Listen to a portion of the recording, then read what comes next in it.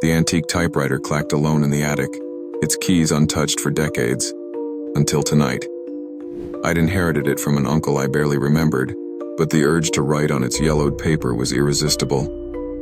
As my fingers hovered, the machine jerked, a metallic groan echoing in the dusty rafters. I pressed a key. It snapped down hard, harder than I expected, and the word "help" appeared, not typed by me. I froze, heart racing. The carriage slid on its own, keys dancing furiously. "Please stop." My trembling hands tried to rip the page free, but the typewriter bit my fingers, drawing blood. Red droplets splattered onto the keys. The machine shuddered and typed, "Blood feeds me." The attic door slammed shut behind me.